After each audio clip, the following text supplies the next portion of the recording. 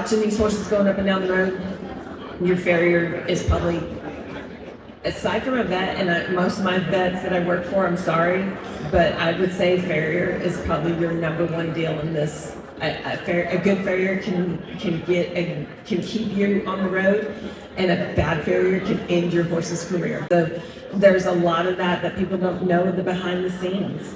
And like I've always said, with Brandon being her shoer, her son, a good horse shoer is probably the most important thing on being on the road, and that's the hardest thing for us when we're on the road, whether we're hauling for charity horses or rodeo horses, or even our, my kids cut and team rope and everything.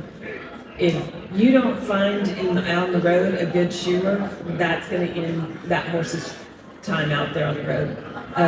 You end up lined up with the wrong horse shoer, and he quicks him, or he puts. What people don't realize, a lot of these pro rodeos, we change out the nails. When we go to Pendleton, we put what they call an ice nail in. Well, in between Pendleton and stuff, you might have to go to another rodeo. So we might literally pull that ice nail out.